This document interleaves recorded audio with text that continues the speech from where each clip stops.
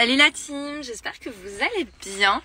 Je vous retrouve depuis une voiture. Je me suis garée sur un parking. Voilà, parce qu'en fait, sinon je me suis dit je vais pas faire le live et c'était hors de question. Je vous avais promis un live ce soir, donc voilà, je me suis posée sur un parking. Je suis pas loin de Genève. Je vais retrouver mon ami Arnaud avec qui je vais passer la semaine à Morzine. Donc là, je le retrouve, il est du côté du Mont Blanc. Et ensuite, on part à Morzine cette semaine. Donc voilà, du coup, je suis en plein transfert et je me fais une petite pause pour vous retrouver et pour vous parler aujourd'hui de l'index glycémique. J'avais très envie de vous faire un live parce que j'ai beaucoup de questions là-dessus.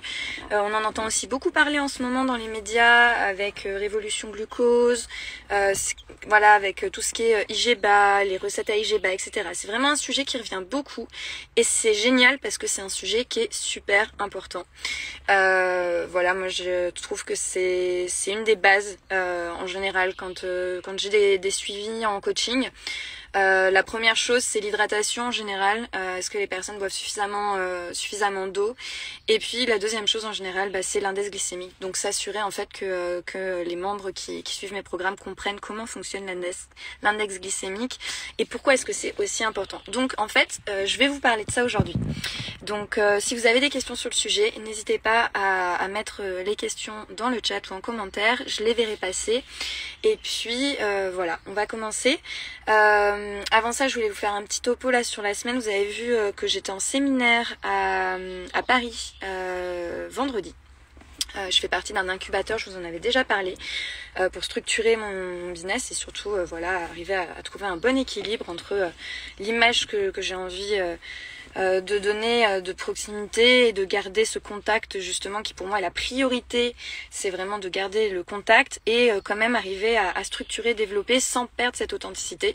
Et donc du coup je suis dans un incubateur pour m'accompagner là-dedans et me faire coacher. Et donc on était en séminaire tout vendredi et c'est génial ces moments de séminaire parce que ça permet vraiment de prendre du recul, de discuter avec plein d'autres entrepreneurs qui ont les mêmes problématiques que moi et donc en général ça fait des cerveaux collectifs et ça fuse et dans les choses qui ont fusé de cette rencontre de vendredi, je vous l'ai annoncé en story mais je vais lancer mon podcast. Ça fait un moment que ça me trotte dans la tête et j'ai beaucoup travaillé là-dessus du coup vendredi pendant le séminaire et donc je vais me lancer. Je vais lancer mon podcast qui commencera du coup le 22 août. Donc j'ai déjà plein d'idées d'épisodes et je vous en dirai plus au fur et à mesure de l'été, au fur et à mesure que j'enregistrerai aussi, je pourrai vous tenir au courant un petit peu de ça, comme ça vous saurez tout en avant-première. Donc voilà pour les petites news. On va commencer donc à parler du coup un peu plus index glycémique. Alors, première chose, quand je parle de l'index glycémique, déjà j'ai envie de rappeler que quand on mange, en fait, on mange pour apporter à notre corps des nutriments qui vont permettre d'avoir de l'énergie. Et donc c'est pour ça que c'est hyper important pour moi de ne pas faire de régime restrictif ou de ne pas, sauf maladie ou voilà, sauf si vous êtes suivi par des médecins qui vous disent de retirer des familles d'aliments de votre alimentation. Dans ce cas-là, bien évidemment, mais sinon, je trouve que c'est une grosse bêtise pour rester très poli, de retirer des aliments, des familles d'aliments de votre alimentation, comme par exemple les glucides ou les choses comme ça, si derrière, voilà, il n'y a pas de grosses contre-indications.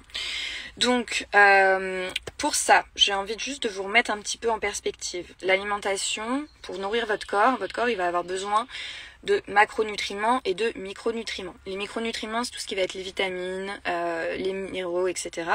Et puis, vous avez les macronutriments. Les macronutriments, ça va être les glucides, les lipides et les protéines. Et puis, il y a aussi également tout ce qui va être fibres. Et les fibres sont extrêmement importantes. On y reviendra tout à l'heure par rapport justement à l'index glycémique. Donc, les glucides, on a tendance à leur faire beaucoup trop la guerre. alors qu'ils sont extrêmement importants. Les glucides, donc c'est tout ce qui va venir, tout ce qui est de la famille des sucres.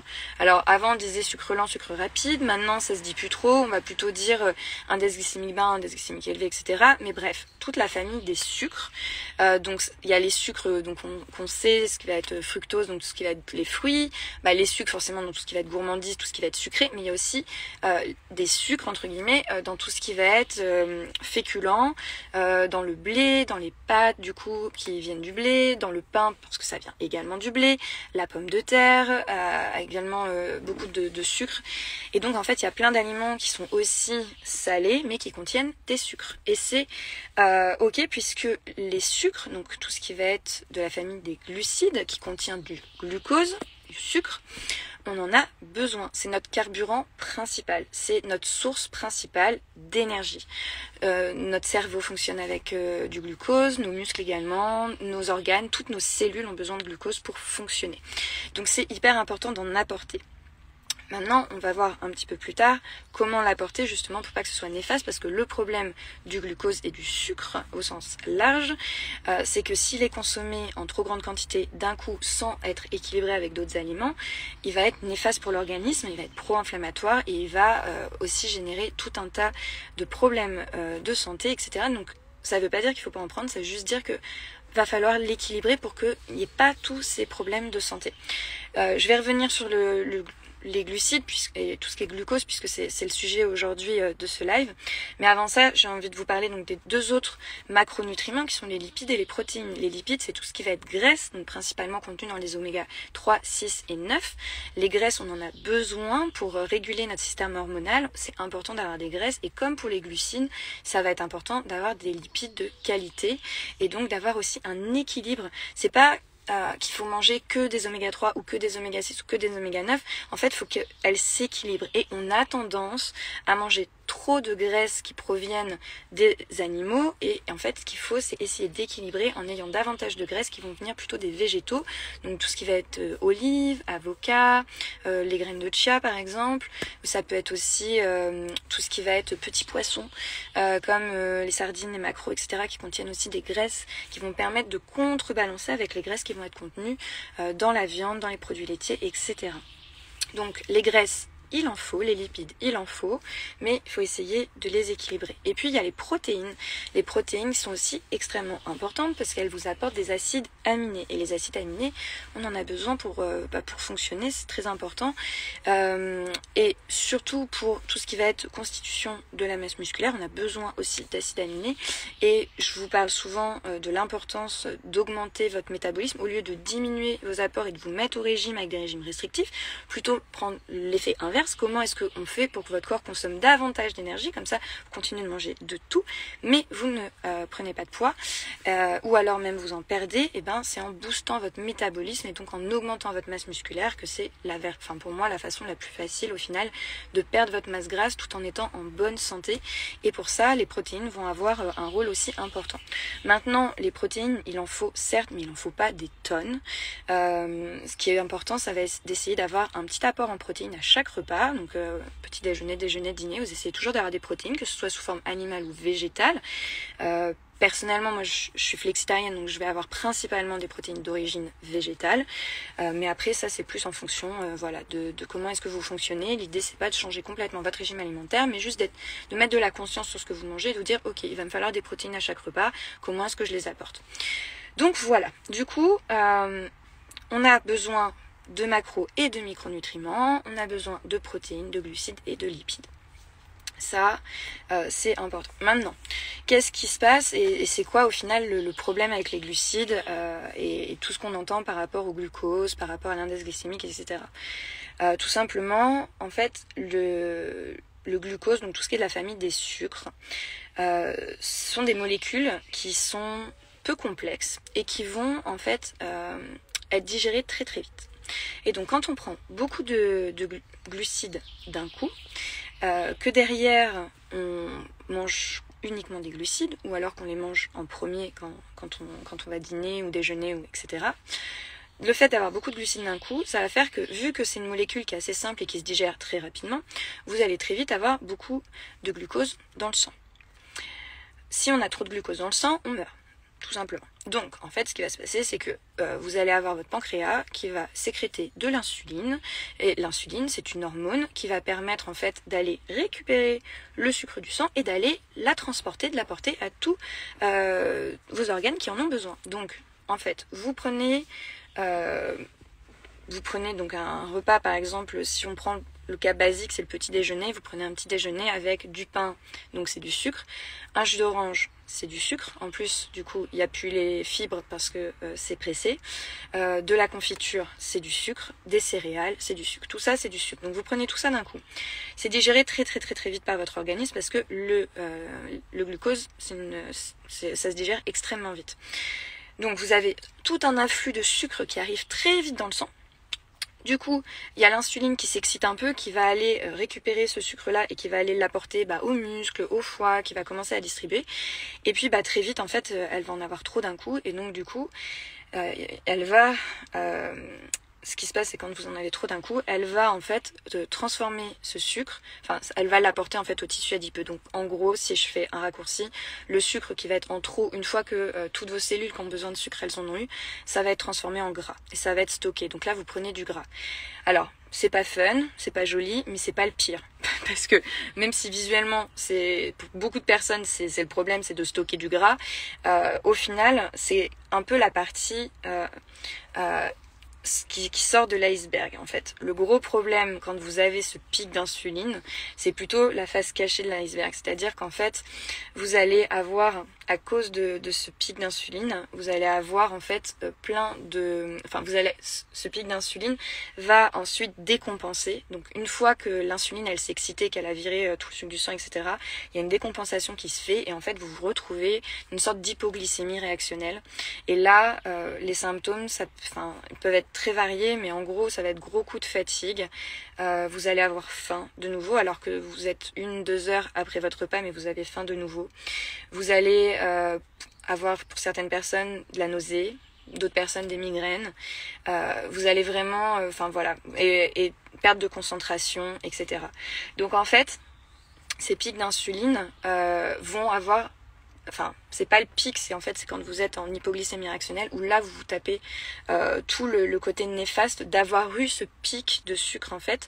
Et ben là vous prenez en fait une décompensation et vous prenez en fait tout le retour, un peu le frisbee, on se le reprend dans la tronche et donc il y a tout ça. Donc on va stocker du gras, je vous ai expliqué pourquoi. On va avoir tout un tas de symptômes, gros coup de pompe, fatigue, fringale et puis en termes d'énergie on va être fracassé. Sur le long terme, si ça arrive très peu, c'est pas grave en soi de temps en temps si vous avez un pic d'insuline et que vous avez ça, c'est pas gênant. Maintenant, si c'est tous les jours, tous vos petits déjeuners, tous vos déjeuners, etc., et que ça revient très fréquemment, au bout de 10, 15, 20 ans, vous pouvez du coup déclencher des maladies comme le diabète par exemple, qui peuvent être générées parce qu'en fait au bout d'un moment votre insuline, à force d'avoir été tellement sollicitée, etc., elle va se mettre en grève et au bout d'un moment elle va dysfonctionner et quand elle commence à dysfonctionner, là c'est très dangereux parce que comme je vous ai dit tout à l'heure, si vous avez trop de sucre dans le sang, vous pouvez mourir et donc du coup quand vous commencez à devenir insensible à l'insuline et que votre insuline ne se sécrète plus correctement parce que elle a été trop déréglée à force de trop de pics et trop de sollicitations pendant des années et des années, là du coup vous pouvez déclencher vraiment des maladies. Donc du coup on veut vraiment éviter ça à la fois pour les maladies, aussi pour les coups de fatigue, pour les fringales, parce qu'au final, quand vous avez une fringale, votre cerveau, à ce moment-là, quand il est vraiment en hypoglycémie réactionnelle et que vous êtes crevé, que vous avez un gros coup de pompe, il va pas vous demander une salade de quinoa, quoi. On va pas se mentir. Il va vous demander du sucre. Et donc, il va demander du chocolat ou des choses très sucrées. Et donc, c'est là où vous allez être amené à reprendre quelque chose de sucré, etc. Et puis, en fait, vous tombez dans un cercle vicieux où finalement, toutes les 2-3 heures, vous remangez quelque chose de sucré et vous vous retapez du coup un pic de glucose, donc un pic d'insuline, donc une hypoglycémie réactionnelle, etc. Et en fait toute la journée vous jonglez comme ça. Et c'est pour ça au final qu'on dit souvent que le premier repas c'est le plus important et pas forcément le petit déjeuner parce que vous pouvez très bien avoir votre premier repas à midi par exemple, mais ce premier repas il est hyper important parce que c'est lui qui va conditionner en fait ensuite sur est-ce que vous allez être sur quelque chose d'assez stable en termes de glycémie ou est-ce que vous allez être sur des pics et du coup toute la journée vous allez jongler entre fringales, coup de pompe, fringales, coup de pompe, etc. Et donc du coup, ce premier repas va être très important. Désolée, petite coupure. C'est pour ça que le petit déjeuner, je vous ai fait un live entier il y a quelques semaines sur uniquement le petit déjeuner. Mais ce petit déjeuner est très important. Et je vais pas forcément vous dire qu'il faut manger salé au petit déjeuner. C'est sûr que pour les personnes qui mangent salé, c'est beaucoup plus facile de gérer l'index glycémique. Mais déjà, il y a des options en fait en mangeant sucré pour équilibrer. Et donc ça va être tout. Maintenant que je vous ai expliqué un petit peu, voilà, pourquoi c'était négatif et quel était l'impact d'avoir des pics de glucose et du coup des pics d'insuline. Maintenant, je vais vous donner des solutions pour ne pas que ça arrive, du coup, parce que c'est tout l'intérêt, c'est de dédramatiser le truc et de vous dire, on est quand même. Voilà, je pense qu'il y a plus d'une personne sur deux au final qui a des pics beaucoup trop fréquents, des pics de glucose et donc du coup des fringales et des coups de fatigue, etc. Je pense qu'on est extrêmement nombreux à le subir, et des fois même sans en avoir conscience. Et il y a plein de solutions qui peuvent être très faciles à mettre en place sans changer drastiquement votre façon de manger pour les éviter. Donc la première chose, comme je disais tout à l'heure, ce qui est important en fait, c'est d'avoir déjà tous les macronutriments dans votre bol alimentaire et d'avoir des fibres. Alors les fibres, c'est génial parce qu'en fait les fibres, elles vont tapisser votre estomac et elles vont ralentir l'absorption des glucides. Donc déjà les fibres, c'est la vie. Les fibres, ça va être tout simplement tout ce qui va être légumes. Vous avez aussi des fibres dans certaines céréales et vous avez également des fibres dans tout ce qui va être graines par exemple, ou même les graines de chia, etc. Vous avez des fibres dans tout ça. Donc le fait déjà de manger des fibres, ça va permettre de gérer votre index glycémique mais de fou, et donc ça va être déjà un super outil pour ne pas avoir ces pics de sucre, ces pics d'insuline. Donc ça c'est la première chose. La deuxième chose, ça va être d'avoir un bol alimentaire qui va être complet. Donc quand je parle de ça, ça va être d'avoir les lipides et les protéines. Je disais tout à l'heure que le fait qu'on ait des pics, vraiment un afflux de glucose très rapidement dans le sang, ça venait du fait que le glucose est très facile à digérer parce que c'est une molécule qui n'est pas complexe et qui se digère très très rapidement. En revanche, les protéines et les lipides, donc les graisses et les protéines, sont des molécules qui sont beaucoup plus complexes, beaucoup plus longues à digérer. C'est aussi la raison pour laquelle un fruit, ça se digère très vite, et pour laquelle, par exemple, une viande rouge, ça se digère très lentement, parce que, en fait, entre la graisse qu'elle contient, donc les lipides, et le fait qu'elle soit très riche aussi en protéines animales, en fait, c'est très, très complexe à digérer, donc ça met des plombes à se digérer. Et donc, ça, il y a un inconvénient dans le sens où c'est beaucoup de travail pour votre appareil digestif, mais l'avantage de ça, c'est que du coup, ça ralentit la digestion. Et donc, si vous avez des glucides qui sont mélangés dans votre bol alimentaire avec des lipides, des graisses et des protéines, vu que tout ça, ça se mélange, au final, dans votre bol alimentaire, la digestion est plus lente. Et vu que c'est plus lent, au lieu d'avoir le sucre qui va d'un coup dans le sang, eh ben, il arrive beaucoup plus doucement. Vu qu'il arrive beaucoup plus doucement, il n'y a pas besoin d'autant d'insuline pour le gérer.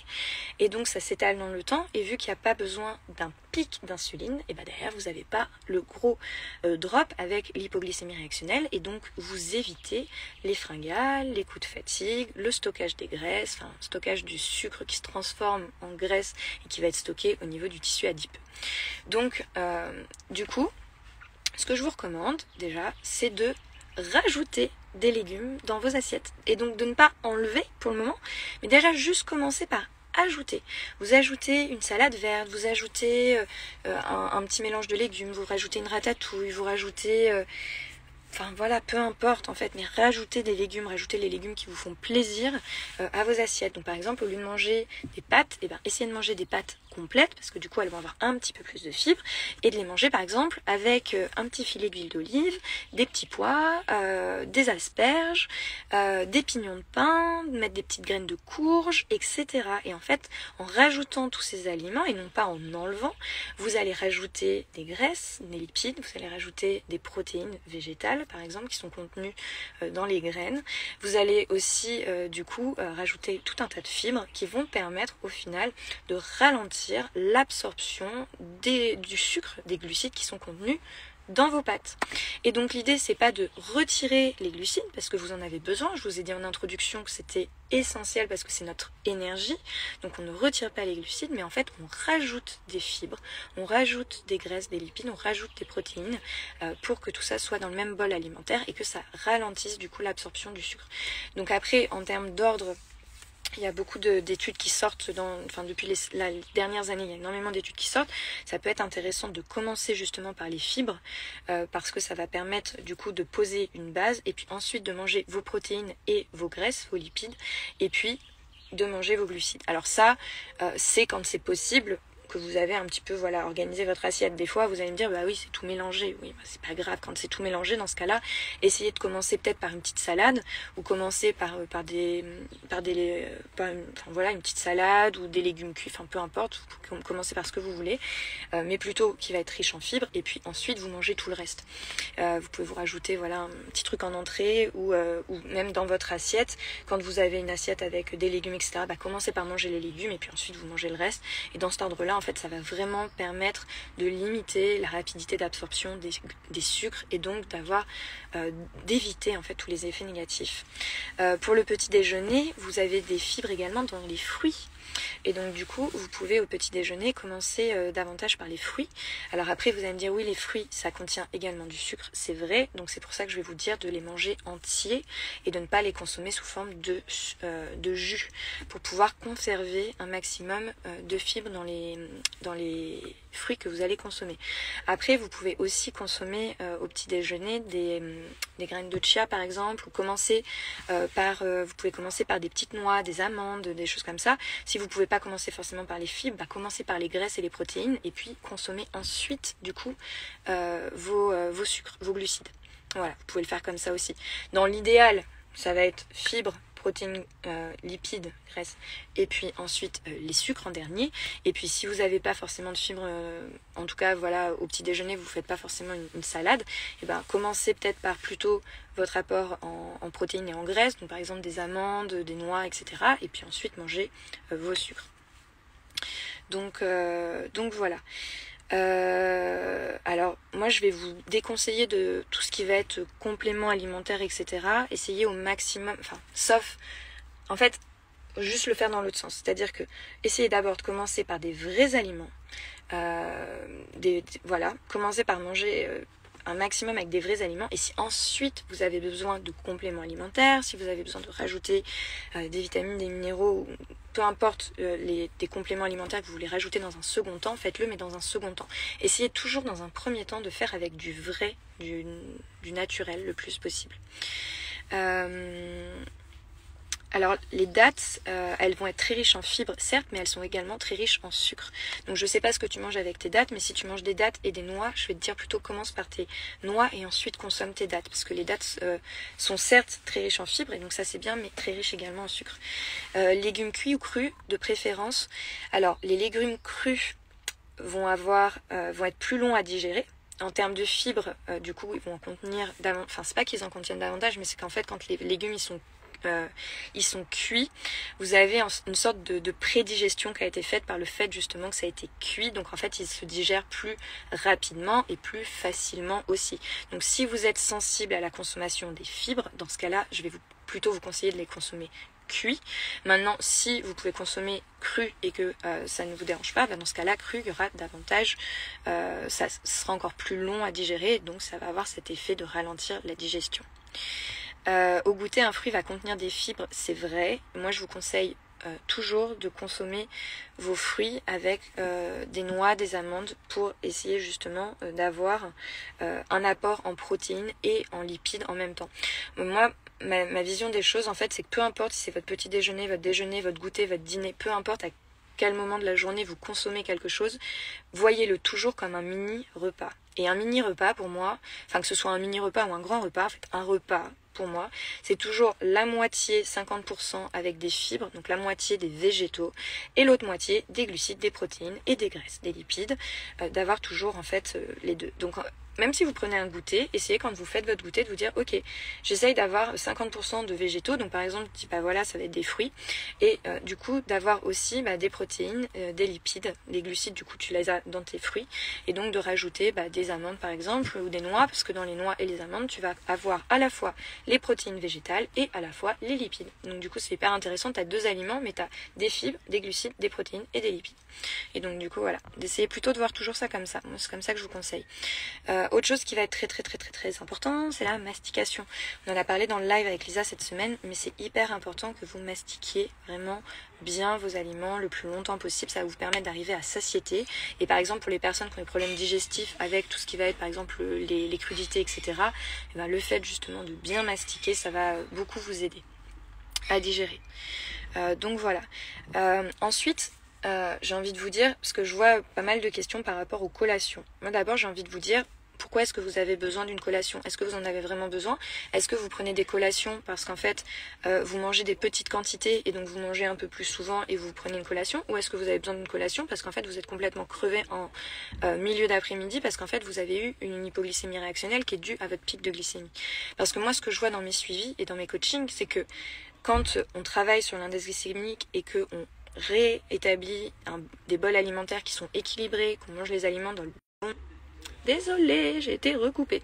Donc je disais que ce que je voyais dans mes coachings et dans mes suivis, c'est que quand on travaille sur justement l'équilibre de l'index glycémique de ses repas, de son bol alimentaire, qu'on mange les aliments dans le bon ordre et qu'on a tout ce qu'il nous faut en termes de glucides, mais aussi du coup de fibres, de protéines et de lipides, je me rends compte, et mes membres et mes clientes se rendent compte immédiatement que ça a un impact énorme sur le niveau d'énergie. Et donc en fait, il n'y a pas besoin de collation parce qu'en fait, elles ont la patate jusqu'au soir, parce qu'en fait il n'y a pas ces drops d'énergie, il n'y a pas ce pic d'insuline, donc il n'y a pas cette hypoglycémie réactionnelle, donc il n'y a pas de fringale, et il y a de l'énergie toute la journée. Donc en fait, la collation, avant de se dire, alors c'est bien si vous en prenez de vous dire comment est-ce que je peux prendre la meilleure collation possible, mais posez-vous aussi la question, comment ça se fait que j'ai besoin d'une collation? Est-ce que c'est parce que je mange pas beaucoup le midi et dans ce cas-là, je mange plusieurs fois dans la journée parce que je mange en très petite quantité? Ou est-ce qu'au final, c'est parce que vous aviez un bol alimentaire le midi qui était pas équilibré, que vous êtes pris un pic d'insuline et que du coup, vous avez une fringale et vous êtes crevé en fin de journée? Ou alors parce que votre petit déjeuner était hyper sucré et que vous êtes tapé un pic d'insuline en fin de matinée, que vous n'êtes peut-être pas rendu compte parce que vous avez direct enchaîné sur le déjeuner, donc vous n'êtes pas rendu compte à quel point en fait ce petit déjeuner avait un impact énorme sur votre niveau d'énergie, mais vous reprenez ça en effet boomerang en fin d'après-midi, où en fait c'est votre petit déjeuner que vous reprenez dans la tronche en fin de journée à cause justement de ces variations de glycémie. Donc des fois, en rééquilibrant le petit déjeuner, en équilibrant les plats, en rajoutant, et non pas en enlevant, en rajoutant des fibres, en rajoutant des légumes dans vos assiettes, ça vous permet au final d'avoir un niveau d'énergie qui reste très élevé, de ne pas avoir du coup de coups de fatigue et de vous sentir au final nickel toute la journée et de pouvoir attendre jusqu'au soir, de faire votre séance de sport en fin d'après-midi sans avoir eu besoin de manger quelque chose avant et au final de ne pas avoir de besoin de collation. Maintenant, si vous avez besoin d'une collation, moi je vais vous conseiller la même chose que ce que je conseille pour le petit déjeuner. Donc je vous invite à revoir le live que j'ai fait sur le petit déjeuner. Vous pouvez prendre par exemple un fruit avec des noix, des amandes. Vous pouvez vous faire aussi un avocado toast. Vous pouvez vous faire un chia pudding.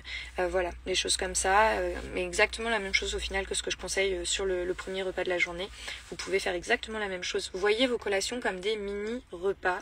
Équilibrez vos collations. Vous dites pas c'est juste un snack. Parce que là, vous risquez de prendre des glucides juste seuls et donc de refaire ce que j'ai expliqué avant. Donc, un pic d'insuline, hypoglycémie réactionnelle, stockage des graisses et à terme, au bout de plusieurs années, insensibilité et vous pouvez déclencher du diabète. Donc voilà. Si vous n'avez pas trop d'idées par rapport au fait de faire des assiettes équilibrées et des repas équilibrés, je vous recommande énormément le compte Zéro Sucre IGBA de Bérangère, qui a écrit 2 livres qui sont super, où elle donne plein de recettes à un index glycémique bas, où en fait elle vous explique comment est-ce que vous pouvez continuer de faire des gâteaux, comment est-ce que vous pouvez faire des assiettes qui vont être hyper équilibrées en termes d'index glycémique, et donc je vous recommande de suivre ces assiettes. Je ne suis absolument pas affiliée avec Bérangère, juste j'aime beaucoup ce qu'elle fait, j'ai acheté ses livres, on ne me les a pas offerts, et je vous le conseille juste parce qu'en fait je trouve que vous avez des des super ressources, même sur son compte Instagram. Vous avez vraiment beaucoup de ressources et ce qu'elle fait est totalement en adéquation au final avec tous les conseils que je viens de vous donner. Donc tout ce qui va être les régimes pour le diabète gestationnel, tout ce qui va être index glycémique bas, toutes les recettes d'index glycémique bas, etc. Vous pouvez regarder et puis ensuite vous pouvez adapter. Hein. L'idée c'est pas de tomber dans des extrêmes, mais c'est vraiment de pouvoir comprendre comment est-ce qu'on peut, en mangeant pareil, avec des petites astuces au final, ne plus avoir de pic de glucose dans le sang et ne plus avoir de pic d'insuline qui est très très mauvais pour votre santé. Encore une fois, je vous disais, le poids, vous allez me dire ouais, moi c'est le plus important pour moi parce que je veux perdre du poids et tout, mais je dis souvent au final, pour moi l'intérêt de faire attention à l'index glycémique de tout ce qu'on mange et de bien équilibrer avec les fibres, les protéines et les lipides, c'est vraiment pour votre santé en fait sur le long terme, parce que au final c'est ça le plus important, et donc du coup essayez d'être sensible à ça. Maintenant, je vais vous conseiller de ne pas me croire sur parole, tout simplement, et je vais vous challenger de l'essayer vous-même, en fait. Moi, je vous dis clairement que vous allez avoir moins de fringales, que vous allez être moins fatigué, que vous allez avoir beaucoup plus d'énergie, que vous allez vous sentir mieux, que vous allez avoir moins d'inflammation dans tout votre corps. Les personnes qui ont beaucoup de tendinite, les personnes qui ont un syndrome prémenstruel qui est très fort, ça va être mieux aussi. Les personnes qui ont des migraines, ce sera mieux aussi. Les personnes qui sont en ménopause, vous aurez moins de symptômes. Donc tout ça, moi je l'ai vu. Désolée encore une fois, petit souci de connexion. Ça fait 12 ans que je fais ce métier et je le vois. Je vois que les personnes qui prêtent attention à l'index glycémique de leur repas et qui équilibrent davantage, ont une diminution de tous ces symptômes-là. Donc je ne peux que vous encourager à le tester vous-même et à venir me dire dans quelques semaines comment est-ce que vous vous sentez. Est-ce que ça a eu un effet sur vous? Est-ce que vous vous sentez moins fatigué? Et je connais déjà la réponse, donc je ne peux que vous encourager à le faire. Donc voilà la team. Pour tout ce qui est sur le petit déjeuner, j'ai fait un live où je parle que de ça sur mon Instagram. Il est disponible en IGTV. Donc les questions sur le petit déjeuner, je vous invite à aller le voir. Les régimes alimentaires des diabétiques, oui, après ça peut être un peu extrême, donc essayez de trouver un juste milieu aussi. Quand je parle d'augmenter le métabolisme, oui, je parle de faire davantage de sport pour augmenter la masse musculaire, ce qui permettra d'augmenter votre métabolisme et de mieux gérer votre poids. Si vous n'avez pas faim le matin et que vous mangez pas, c'est totalement ok. Voilà la team. C'est très très bien. Ce que je ferai, c'est que je vous repartagerai, je vais vous repartager ce live qui sera disponible en replay, donc je vais vous le repartager et je vous partagerai aussi en story le compte de Bérangère pour les personnes qui ne la connaissent pas, comme ça vous pourrez voir. Vous inquiétez pas, je vous partage son compte. Donc voilà. Je vous invite, si vous n'avez pas écouté ce live depuis le début, à l'écouter en entier. Je vous invite également à aller voir les deux lives que j'ai fait, les deux derniers qui sont sur qui sont sur le petit déjeuner et qui sont sur le jeûne intermittent. Ça, en général, ces trois sujets-là cohabitent ensemble. J'espère que ce live vous a plu. Je vous remercie infiniment d'avoir été très présent à l'écouter. Je vous donne rendez-vous dimanche prochain pour un autre live. Je vous partagerai en story le sujet que j'utiliserai. Si vous pensez que ça peut aider des proches, n'hésitez pas à partager ce live, à partager mon compte aussi avec vos proches, parce que souvent vous me dites comment est-ce qu'on peut te remercier, en partageant ce que je fais avec les autres, pour que moi quand je fais ça, c'est vraiment pour vous donner un maximum de conseils pour reprendre votre santé en main et que vous soyez au mieux de votre forme. Et donc du coup, le meilleur moyen de m'aider et de me remercier, c'est de partager ce que je fais autour de vous. Donc je vous remercie infiniment pour votre soutien, pour vos partages, et puis je vous donne rendez-vous dimanche prochain ou alors toute la semaine en story comme d'habitude. Prenez soin de vous et je vous dis à très vite. Ciao la team!